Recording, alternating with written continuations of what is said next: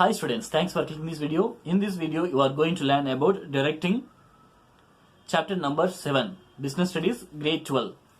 We come across already planning, organizing, staffing, and fourth functions of management is directing, and one more function is there, that is controlling. The last chapter in first volume is controlling. So first one is planning. Planning, what is the slogan for planning? Where you are, where you want to go. Who you are, who you want to become, isn't it? So that is the slogan for planning. And for organizing, allocating man, money, material, resources, whether it is functional structure or divisional structure, that is for organizing. Staffing, appointing the right person on right place, that is staffing. But directing is doing an action.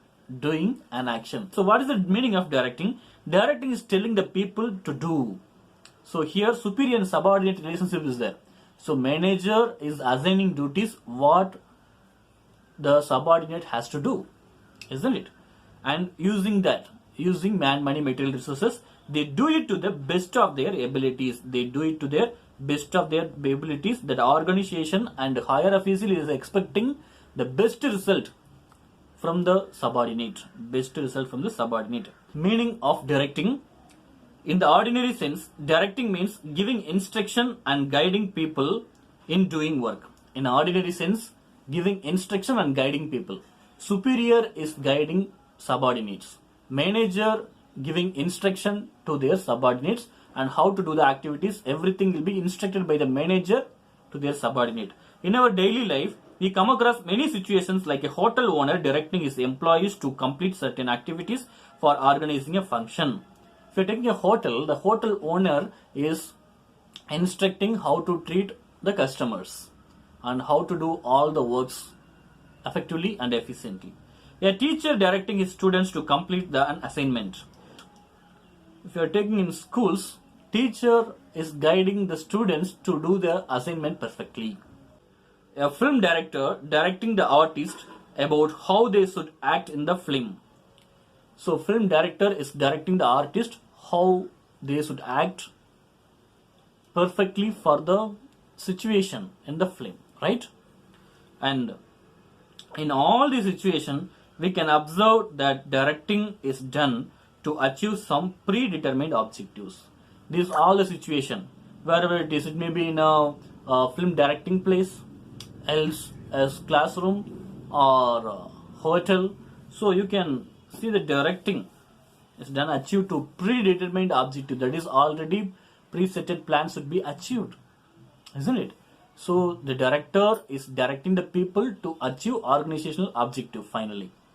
In the context of management of an organization, directing refers to the process of instructing, guiding, counseling, motivating, and leading people in the organizations to achieve its objectives. So if you are taking management point of view, they are instructing, guiding, counseling, and motivating, and they are leading the people to do their work to achieve organizational objectives.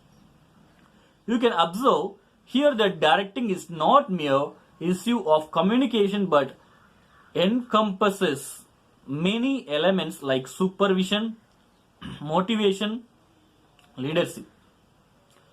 Elements of directing are supervision, motivation, and leadership plus communication.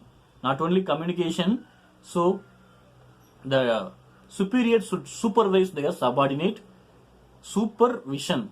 Supervisor is supervising their subordinate, their vision on their workers. So we will study about it elaborately. That is elements of, one of the elements in directing.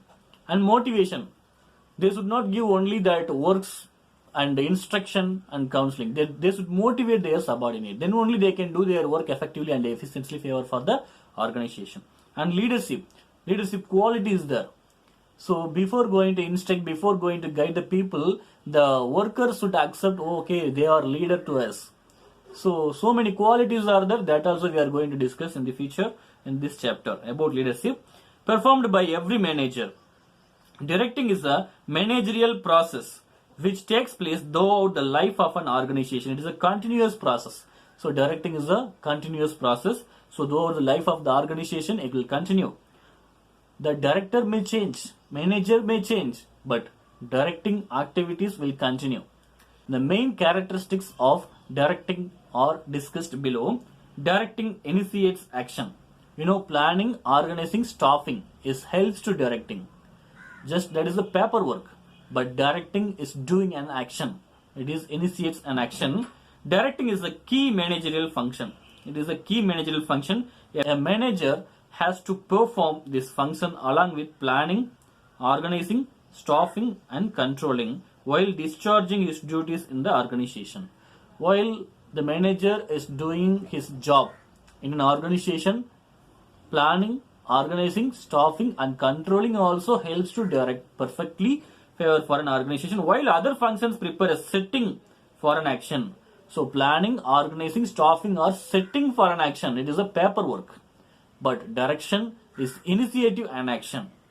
Directing initiates action in the organization.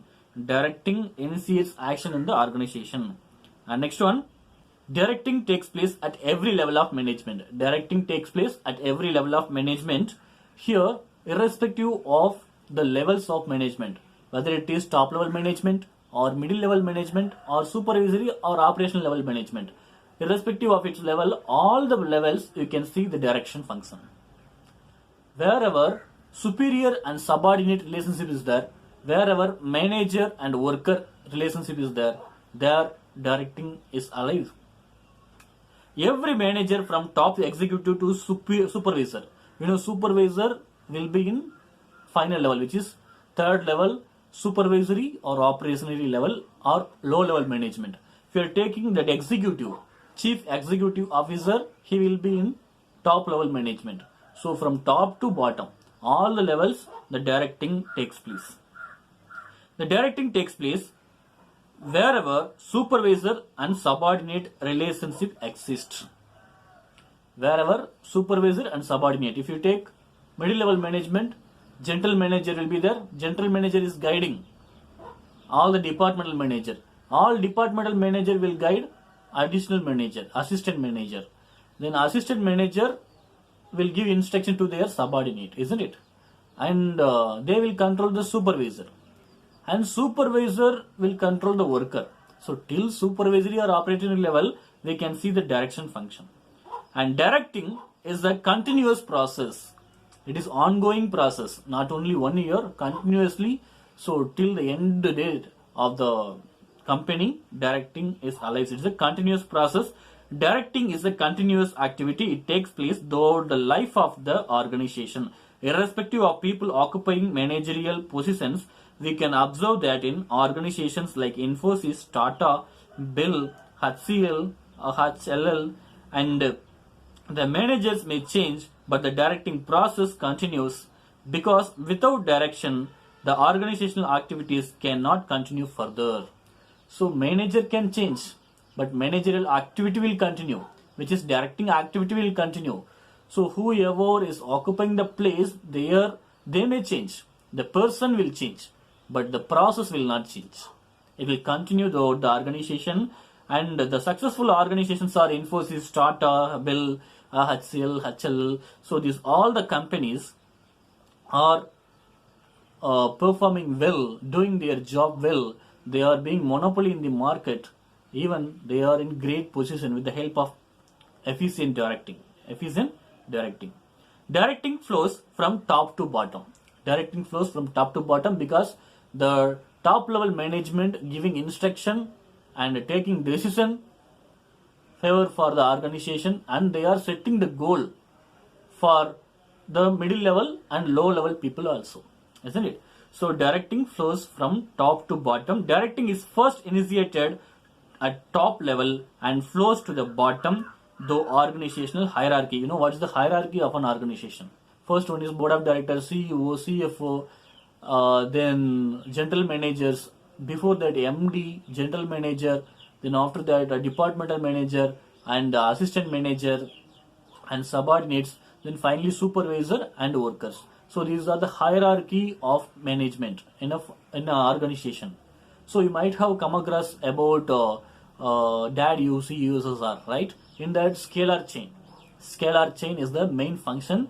There, the hierarchy, organizational hierarchy, we studied very clearly. So, wherever the directing is first initiated at top level, flows to the bottom, the organizational hierarchy. It means that every manager can direct his immediate subordinate.